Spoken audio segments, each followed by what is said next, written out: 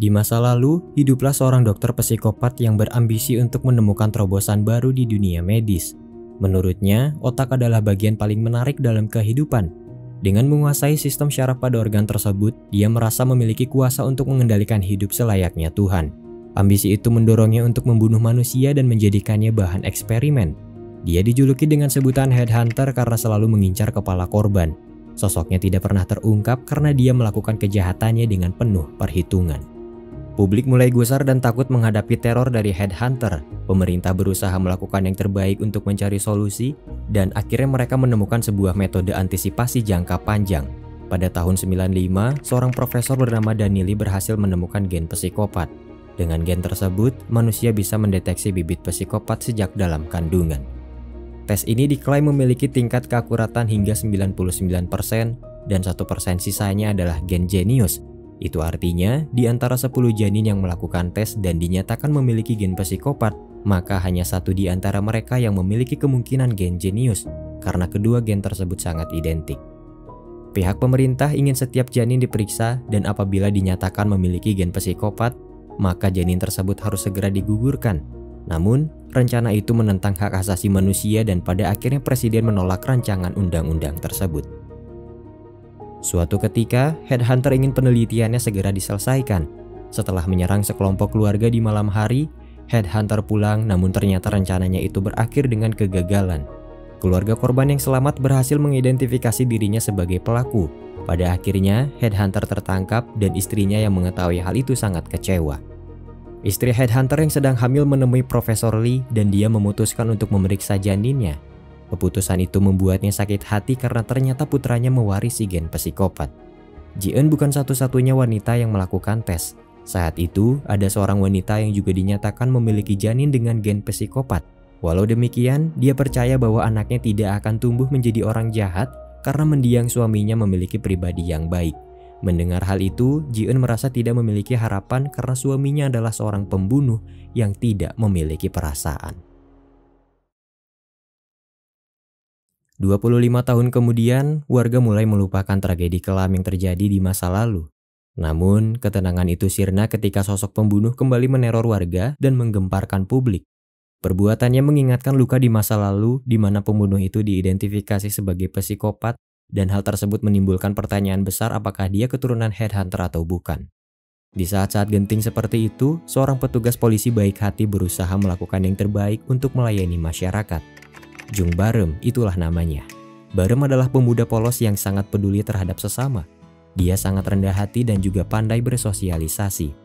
Di lingkungan tetangganya, Barem cukup dekat dengan seorang nenek. Dia selalu menyempatkan waktunya untuk membantu nenek tersebut kapanpun dan dimanapun dia berada. Kebaikan itulah yang mendorong sang nenek untuk menjodohkan Barem dengan cucu semata wayangnya, Bong Yi. Akan tetapi, Bong Yi yang masih duduk di bangku SMA tidak terlalu menanggapi kemauan neneknya itu. Begitu juga dengan Barem yang sudah menganggap Bong Yi sebagai adiknya sendiri. Kendati demikian, sang nenek selalu percaya bahwa Barem adalah pria yang pantas untuk cucunya. Di sisi lain, Bong Yi sendiri diam-diam menaruh perasaan kepada Barem. Akan tetapi, dia terlalu malu untuk mengakuinya. Hampir di setiap hari, Barem selalu memberi perhatian lebih kepada Bong Yi. Dia selalu mengkhawatirkannya jika pulang terlambat dan selalu mencemaskannya jika terjadi sesuatu. Sikap itu membuat Bong Yi luluh dan pada akhirnya dia mengungkapkan perasaannya. Namun, Bong Yi merasa tertolak ketika Barem hanya menganggapnya sebagai adik.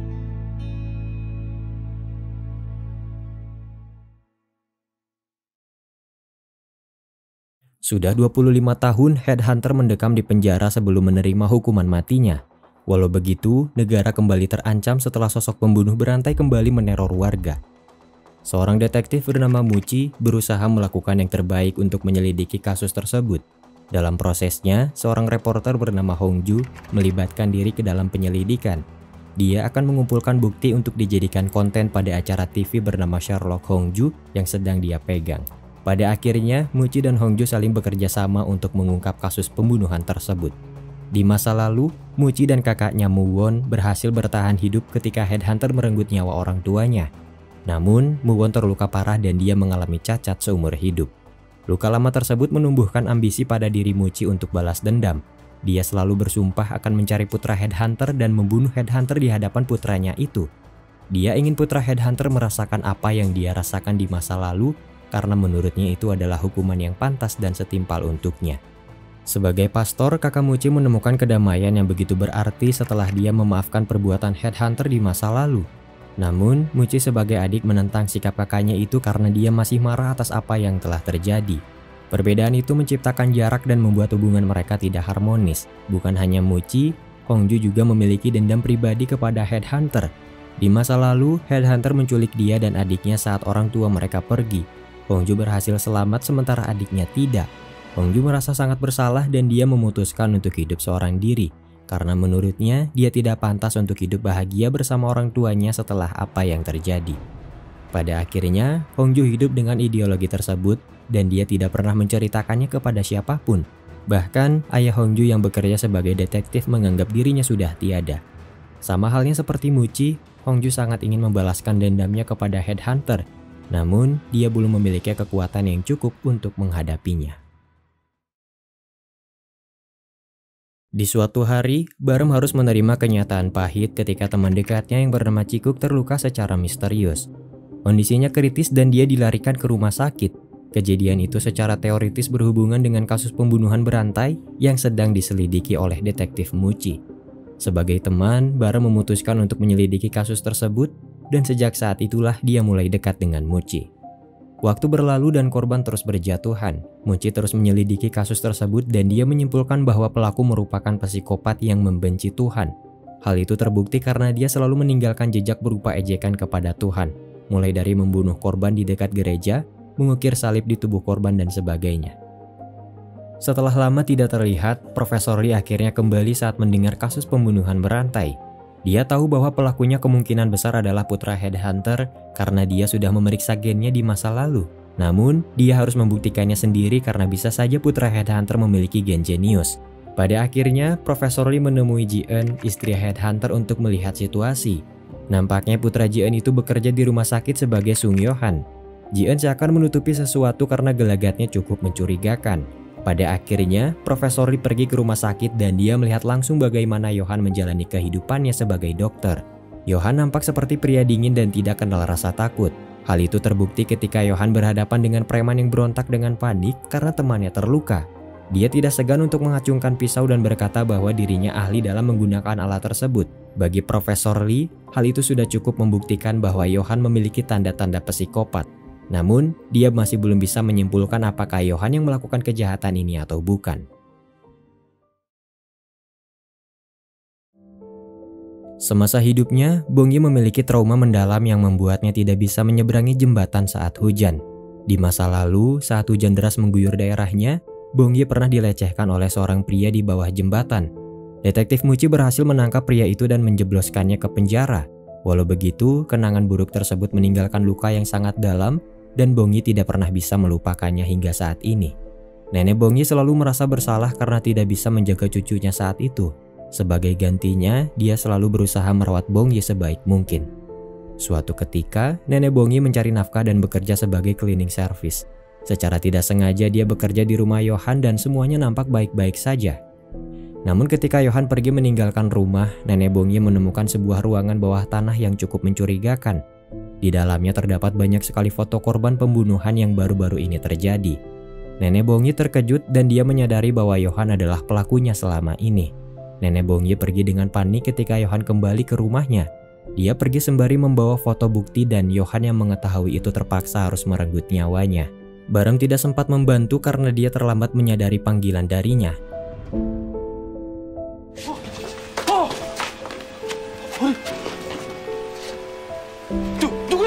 Ketika Barem mengejar sosok Yohan, dia mengalami kecelakaan dan Yohan berhasil kabur dengan identitasnya yang belum terungkap. Bongyi sangat sedih ketika tahu neneknya sudah tiada. Dia merasa bersalah karena pernah menyalahkan neneknya atas kejadian yang menimpanya di masa lalu. Dengan Barem yang terus ada di sisinya, Bongyi percaya bahwa dia bisa melewati cobaan ini bersamanya. Petunjuk semakin mengarah kepada Yohan, akan tetapi detektif Muchi dan Barem belum menyadarinya. Satu persatu potongan teka-teki mulai terkumpul dan mereka berusaha untuk merangkainya. Sebagai detektif, Muci berusaha menggunakan ilmu deduksinya untuk menggabungkan observasi dengan logika, dan setelah itu dia akan menarik kesimpulannya. Dalam acara jumpa pers, Muci berusaha menjawab pertanyaan media terkait kasus yang sedang dia tangani. Muci berkata bahwa kasus Nenek Bongi juga berkaitan dengan kasus tersebut, dan kini dia sedang berusaha mencari tahu motif pelaku yang sebenarnya. Di akhir pertemuan itu, secara misterius sang predator menghubungi Muci dan memberitahunya bahwa dia telah menculik seorang anak. Dengan suara yang disamarkan, predator itu berkata bahwa dia tidak asal dalam mencari korban dan dia punya alasan kuat untuk memilih mereka. Jika Muci bisa mengetahui alasannya, maka nyawa anak itu akan diampuni. Predator meminta Muci untuk memberikan jawabannya pada acara TV Sherlock Hongju secara langsung. Jika sampai akhir acara itu dia belum bisa menemukan jawabannya, Sandra akan mati. Muci menerima tantangan itu demi menyelamatkan korban. Dia membentuk tim bersama Barem, Hongju, dan satu detektif lainnya. Mereka menjadikan rumah Barem sebagai markas dan mulai mengasah otak untuk memecahkan teka-teki tersebut.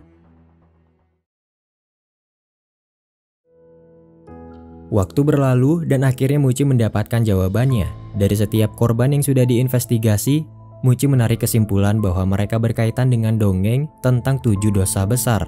Mulai dari nafsu, malas, sombong, tamak, rakus, iri hati, dan amarah. Muci tahu bahwa predator adalah sosok yang membenci Tuhan dan beranggapan bahwa orang yang tidak melakukan dosa sebagai pendosa. Singkatnya, predator memilih korban yang tidak melakukan 7 dosa tersebut, terkecuali Nenek Bongi karena kematiannya saat itu tidak terduga. Anak kecil yang ditangkap predator adalah perwakilan dari dosa amarah. Muci menjawab pertanyaan predator tentang kenapa dia memilih anak tersebut sebagai korban. Jawabannya adalah itu karena anak tersebut tidak memiliki amarah. Jawaban tersebut salah karena sebenarnya korban yang mewakili dosa amarah adalah kakak Muci, sosok manusia yang tidak memiliki amarah. Muwon pernah tampil di acara TV dan berkata bahwa dia tidak lagi marah kepada headhunter karena sudah memaafkan perbuatannya. Ketika rekaman VCR ditampilkan, terlihat bahwa predator sudah menangkap Muwon dan semua orang yang melihat tayangan itu terkejut. Ternyata predator sudah merencanakan permainan ini khusus untuk Muci karena dia merasa terganggu olehnya. Muci yang tidak tahu apa-apa mulai panik dan dia menangis saat memohon kepada predator untuk menghentikan aksi kejamnya. Waktu acara semakin habis dan predator tidak mau mendengar. Pada akhirnya, Muwon tewas dalam siaran langsung tersebut. Sebelum Muwon terbunuh, Bongi melihat acara Sherlock Hongju dan dia mendengar pengakuan dari predator yang telah membunuh neneknya. Ketika VCR ditampilkan, Bongi menyadari bahwa predator ada di sebuah gereja yang sebelumnya pernah dia datangi. Amarah menariknya untuk melakukan balas dendam. Bongi membawa sebilah pisau dan mendatangi gereja tersebut tanpa menghubungi polisi terlebih dahulu. Sesampainya di sana, dia bertemu dengan predator dan berkelahi. Kemampuan bela diri Bongi tidak sebanding dan pada akhirnya dia tetap kehilangan jejak predator. Walau begitu, dia berhasil melukai tangan kirinya dan menceritakan hal itu kepada Barem sebagai petunjuk di masa yang akan datang. Setelah Muwon dibunuh, Muci menyerah soal segalanya dan dia mulai frustasi. Anak kecil yang menjadi korban masih menghilang tanpa kabar dan polisi belum bisa menemukan petunjuk apapun. Ketika Muwon kembali dalam bentuk imajinasi, Muci tersadar bahwa keputusasaan tidak akan merubah apapun. Pada akhirnya, dia bangkit dan kembali melakukan investigasi. Setelah mendengar kasus pembunuhan Nenek Bongi beberapa hari sebelumnya, Profesor Lee menghubungi Johan untuk memastikan apakah dia pelakunya atau bukan. Namun, setelah melakukan perjanjian untuk berbicara empat mata dengannya, Profesor Lee diserang dan dia dinyatakan menghilang. Kepingan teka-teki perlahan mulai tersusun dan semua hal itu benar-benar mengarah kepada Johan. Pada akhirnya, Muci semakin yakin bahwa Johan adalah sang predator, tapi dia belum bisa menangkapnya. Di sisi lain, Johan mulai panik dan dia berusaha menyingkirkan barang bukti di tempat yang cukup jauh. Sementara itu, kondisi Bongi semakin sulit karena lukanya belum pulih. Barem membawanya ke rumah supaya dia bisa lebih mudah untuk merawatnya. Tidak lama dari itu, Barem mendapat kabar dari Muci bahwa Dr. Johan adalah tersangka yang membunuh Nenek Bongi. Barem pergi menerobos ke rumah Johan untuk mencarinya tapi tidak berhasil karena dia sudah pergi. Pada akhirnya, Barem menemukan ruang rahasia dan melihat langsung foto dirinya terpampang dengan jelas. Nampaknya Johan sudah mengincarnya selama ini. Keadaan semakin genting ketika Johan diam-diam pergi ke rumah Barem. Bongi yang ada di rumah Barem menyadari keberadaannya dan dia mulai takut. Barem datang di waktu yang tepat dan dia membawa Bongyi ke tempat lain untuk berlindung. Barem memintanya untuk menunggu karena dia akan menangkap Johan dengan tangannya sendiri. Bongyi pergi dengan panik dan dia bertemu dengan Muci. Bergegas dengan cepat, Muci pergi ke rumah Barem untuk membantu, namun sayang, Barem sudah tumbang dan Johan terus menyerangnya dengan brutal. Muci terpaksa mengeluarkan pistolnya dan menembak Johan. Kedua pria itu pun dalam kondisi kritis. Muci meraih Johan dan menanyakan keberadaan anak kecil yang dia culik, tapi Johan pingsan sebelum bisa menjawab apapun dan akhirnya mereka dibawa ke rumah sakit. Johan dinyatakan meninggal sementara Barem selamat pasca melakukan operasi otak. Akan tetapi, Barem mengalami amnesia dan dia melupakan masa lalunya termasuk orang-orang yang pernah dekat dengannya. Bongyi merasa patah hati. Sebelum kejadian ini, dia akhirnya tahu bahwa Barem bersedia untuk menikahinya jika sudah lulus SMA. Namun, dia harus mengubur kembali harapan itu karena Barem sama sekali tidak mengingatnya. Pada akhirnya, Bongyi harus hidup dalam kesendirian karena Barem dipindah tugaskan ke daerah lain. 나 정말 기억 안 나? 아무것도? 누구지?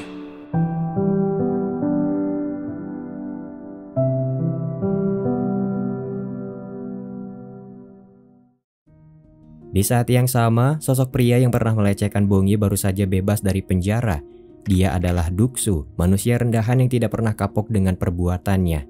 Di masa lalu, dia dijebloskan ke penjara oleh Muci, namun entah kenapa dia bisa mendapat hukuman lebih ringan dari seharusnya.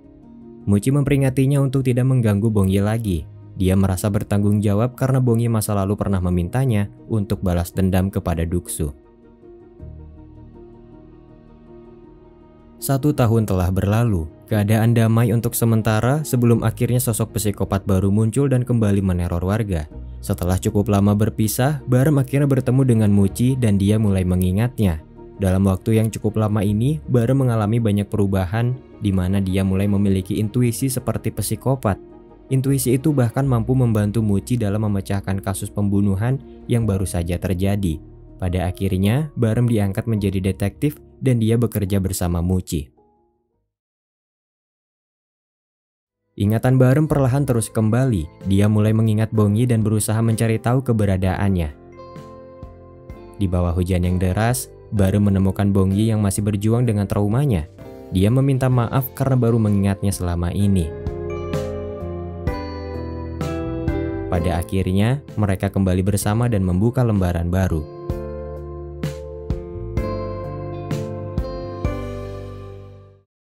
Saat menyelidiki kasus bersama Muci, Barem mulai melihat potongan ingatan di masa lalu.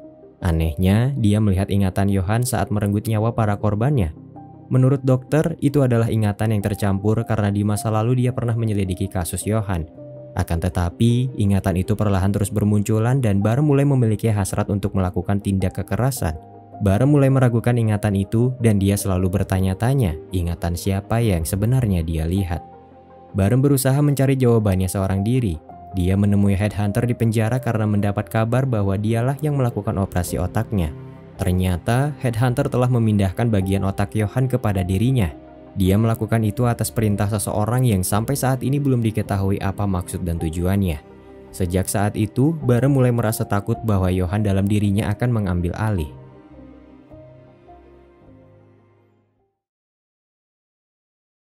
Intuisi psikopat dalam diri Barem mulai tidak terkendali. Saat dia menemukan seorang penjahat yang diidentifikasi sebagai psikopat, Barem membunuhnya dan dia merasa puas akan hal itu.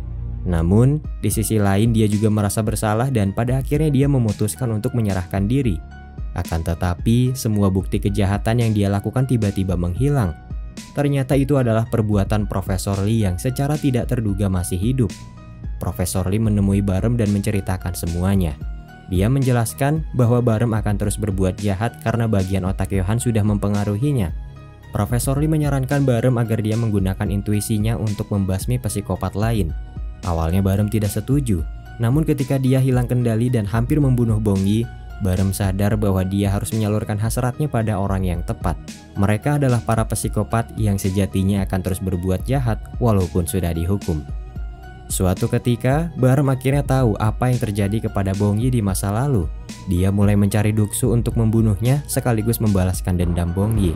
Barem tidak tahu apakah dia merasa senang atau bersalah setelah membunuhnya. Satu hal yang pasti, dia mulai tersiksa dengan kondisi mentalnya saat ini.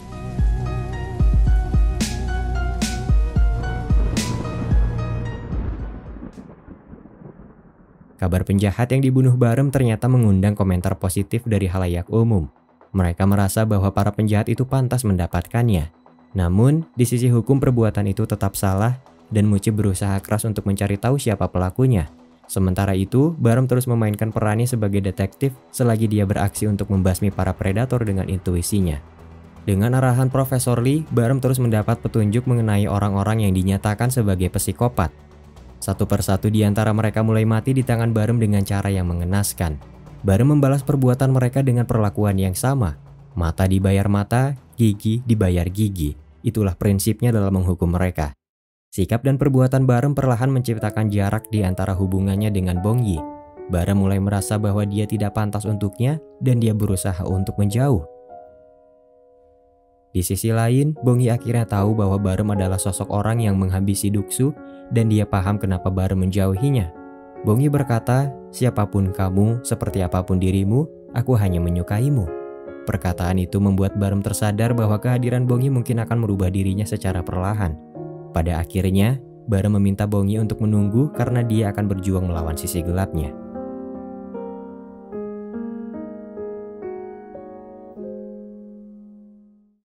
Sejak saat itu, Barem hanya memberi pelajaran kepada para psikopat yang dia temui dan menyerahkan semuanya kepada pihak yang berwajib. Barem yakin bahwa ada cara lain untuk membalas mereka selain kematian. Ingatan Barem kembali sepenuhnya. Dia akhirnya tahu bahwa semua ingatan Johan adalah miliknya sendiri dan itu artinya dia adalah sang predator yang sebenarnya. Barem terkejut ketika melihat Hankook, anak kecil yang dia tangkap, sudah meninggal di ruang bawah tanah miliknya. Barem juga mulai ingat bahwa selama ini dia hanya berpura-pura baik di hadapan orang. Dia adalah sosok pembenci Tuhan, orang munafik yang bermuka dua, psikopat kejam, brutal dan tidak memiliki perasaan. Pertemanannya dengan Cikuk hanyalah sandiwara. Kebaikannya pada nenek Bongyi adalah kepalsuan. Rasa sukanya kepada Bongyi hanyalah permainan. Dan semua hal itu tertutupi oleh muka lugunya. Selama ini Johan sudah tahu siapa Barem dan dia ingin menghentikannya. Dengan bantuan teman satu-satunya, Johan berusaha untuk mencari tahu apa motif Barem melakukan kejahatannya. Oleh karena itulah dia memata-matai Barem dan mengumpulkan foto-fotonya. Akan tetapi, semua rencananya kacau ketika nenek Bongyi salah paham kepadanya. Pelaku yang membunuh nenek Bongyi sebenarnya adalah Barem, namun polisi selalu mencurigai Johan karena Baremlah yang menggiring mereka untuk melakukan itu. Ketika polisi mulai memburu Johan, dia memutuskan untuk menghadapi Barem seorang diri. Namun rencananya kembali gagal ketika Muci datang menembaknya. Barem merasa bersalah dan dia memutuskan untuk mengakhiri hidupnya. Namun, Profesor Lee mencegahnya dan memberitahu Barem bahwa umurnya tidak akan lama lagi karena operasi otaknya masih memiliki kekurangan. Profesor Lee berkata bahwa dia salah mengira kepada Johan yang ternyata memiliki gen jenius. Dia juga menjelaskan bahwa apa yang mempengaruhi Barem setelah operasi bukanlah sifat jahat, melainkan sifat baik yang dimiliki Johan. Itulah yang membuat Barem merasa bersalah karena sekarang dia memiliki perasaan dan hati nurani. Di masa lalu, terungkap bahwa Johan dan Barem ditukar oleh ibu mereka masing-masing. Hal itu terpaksa dilakukan karena janin mereka sudah dinyatakan memiliki gen psikopat. Mereka membuat kesepakatan untuk membunuh putra mereka jika memang tumbuh menjadi seorang psikopat. Bagaimanapun, seorang ibu tidak bisa membunuh putra kandung mereka. Oleh karena itulah pertukaran tersebut dilakukan. Pada akhirnya, Ji-eun merawat Johan dan dia tumbuh menjadi pribadi yang baik karena memiliki gen jenius. Sementara ibu kandung Johan merawat Barem yang tumbuh menjadi psikopat karena mewarisi sifat headhunter. Sesuai perjanjian, ibu kandung Johan menguatkan tekadnya untuk mengakhiri hidup Barem tapi gagal karena ada pihak lain yang menghalanginya. Mereka adalah organisasi bernama Oz yang sudah mengamati pergerakan Barem dan Johan sedari kecil. Organisasi itu dikendalikan oleh Choi Yong-shin, seorang pejabat yang kecewa kepada pemerintah karena tidak mengesahkan undang-undang gen psikopat beberapa tahun yang lalu. Ibu Choi memiliki ambisi untuk menciptakan dunia tanpa kejahatan. Oleh karena itulah, dia menjadikan Barem dan Johan sebagai tikus percobaan. Organisasi itu ingin Barem dan Johan tumbuh menjadi psikopat, namun nyatanya Baremlah yang memiliki tanda-tanda seperti itu. Kejamnya, organisasi itu memancing Barem untuk menjadi seorang pembunuh, dan pada akhirnya mereka membiarkan Barem membunuh orang-orang untuk membuktikan kepada negara bahwa undang-undang gen psikopat itu benar-benar dibutuhkan. Ketika Barem dikalahkan Johan, organisasi itu meminta Headhunter untuk menyelamatkan Barem karena dia masih membutuhkan sosoknya. Headhunter menerima tawaran itu karena dia sudah tahu bahwa Barem adalah putra kandungnya. Naasnya, demi mewujudkan hal itu, Johan yang sebenarnya selamat dari tembakan Muci harus dibunuh, supaya Headhunter bisa mengambil bagian otaknya untuk menyelamatkan Barem.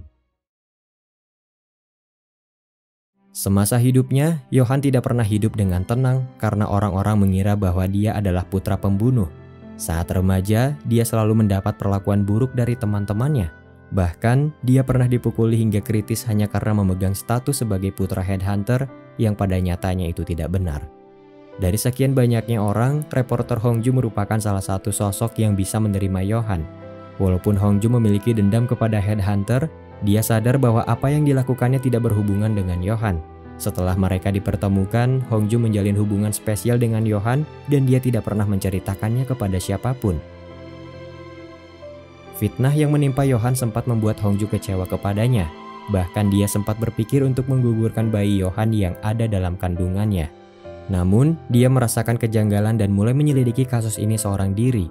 Dia juga mengakui hubungannya dengan Johan kepada publik dan orang-orang mulai mencibirnya. 1 tahun setelah Johan meninggal, Hongju sudah melahirkan putranya dan dia membesarkannya dengan penuh kasih sayang. Putra Hongju tidak bersalah, namun dia tetap mendapat perlakuan yang tidak mengenakan, terutama oleh pengasuhnya yang tidak memiliki hati nurani. 1 tahun yang lalu, setelah Johan dinyatakan meninggal, Hongju bertemu dengan Profesor Lee yang berhasil bertahan hidup. Di malam saat Profesor Lee akan bertemu dengan Johan, organisasi Oz datang menyerangnya karena mereka tidak mau rencananya terungkap.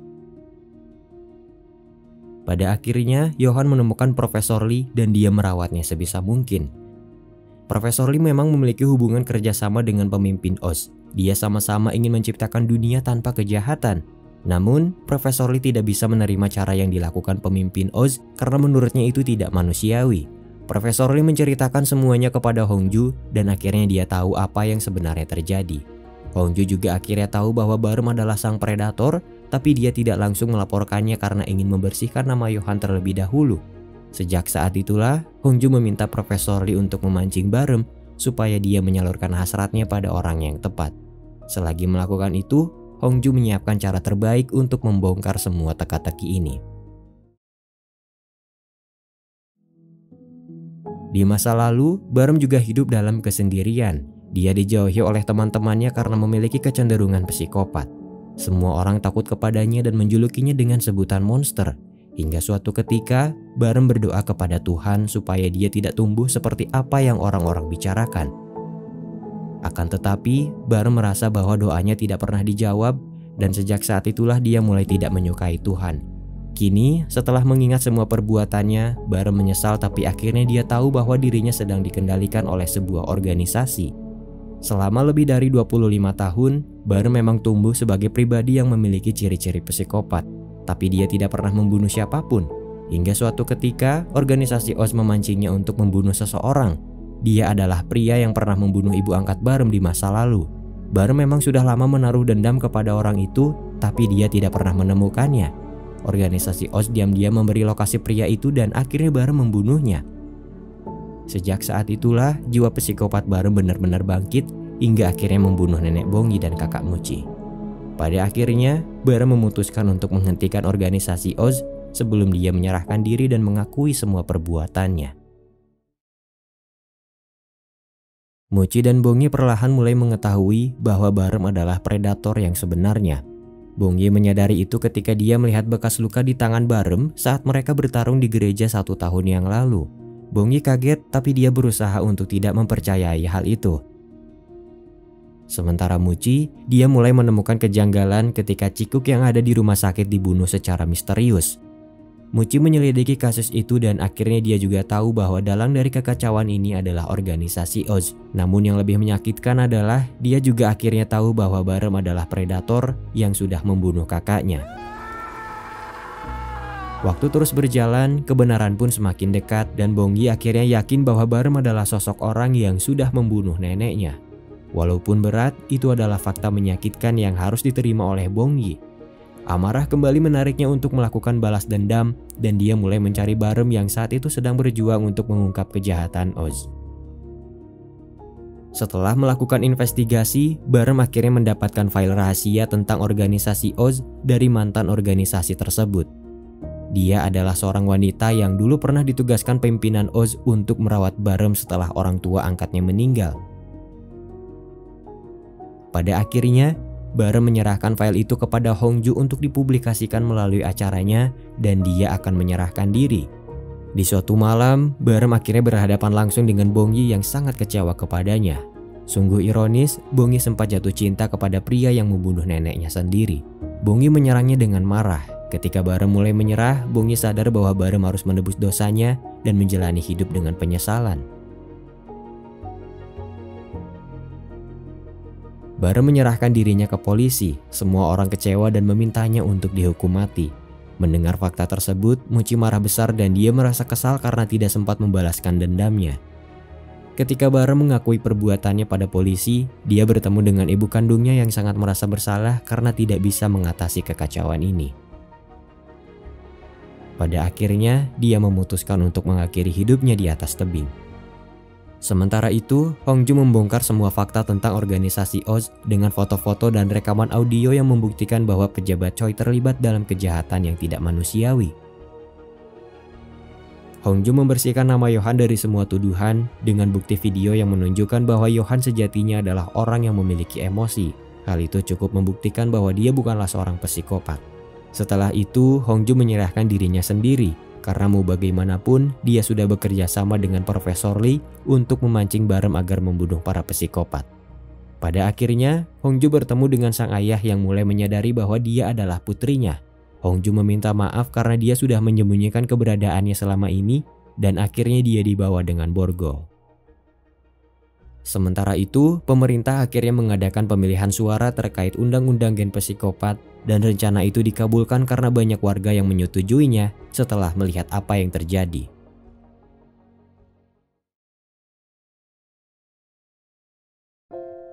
Setelah divonis hukuman mati, Barem dipenjara sebelum dia dieksekusi di masa yang akan datang. Barem dibawa ke penjara yang sama dengan Headhunter dan di sana dia dengan berat hati menyelesaikan misi terakhirnya untuk membunuh ayahnya sendiri. Itu adalah bentuk penebusan dosanya kepada Muci yang ingin melihat Headhunter mati di hadapan putranya. Barem mulai diselimuti oleh penyesalan dan rasa sakit di kepalanya terus menyerang tanpa henti. Barem menyadari bahwa dia tidak pantas untuk meminta maaf, namun setidaknya itu adalah hal terakhir yang bisa dia lakukan untuk mengurangi rasa bersalahnya. Dengan tulus, Barem mengucapkan permintaan maafnya kepada Muci dan Bongyi. Walaupun tidak diterima, Barem tetap bersyukur dan dia berharap akan menjadi orang yang lebih baik di kehidupan selanjutnya. Penyesalan adalah bagian dari pengalaman hidup dan hikmah adalah hal terbesar yang terkandung di dalamnya. Penyesalan akan datang di akhir karena itu menandakan bahwa waktu tidak dapat diulang. Walau begitu, tidak ada kata terlambat untuk memperbaiki diri sendiri dan menjadi lebih baik. Pada akhirnya, Barem menyadari bahwa selama ini Tuhan mendengar setiap doa yang dia panjatkan dan perasaan adalah jawaban yang diberikan Tuhan untuknya.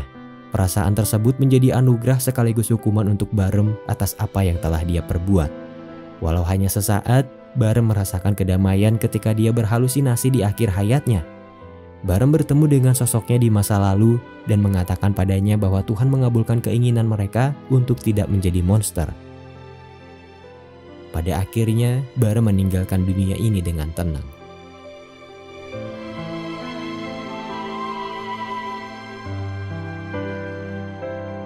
Tiga tahun kemudian, pejabat Choi terbebas dari hukumannya, tapi dia akhirnya dibunuh oleh seseorang.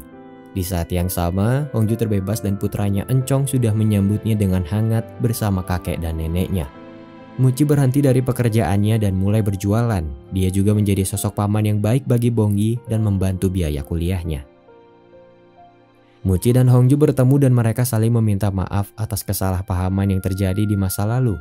Pada akhirnya, Muci memaafkan perbuatan Barem dan dia pergi mengunjungi nisannya untuk mengucapkan selamat tinggal. Tidak semua orang dapat mudah memaafkan kecuali mereka yang berhati mulia dan berjiwa besar. Memaafkan bukan tentang siapa yang salah dan siapa yang benar. Memaafkan adalah bentuk pilihan seseorang atas kedamaian di dalam hatinya.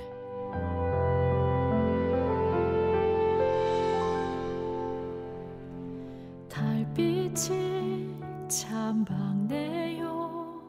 눈물 속에 아롱치는 바람에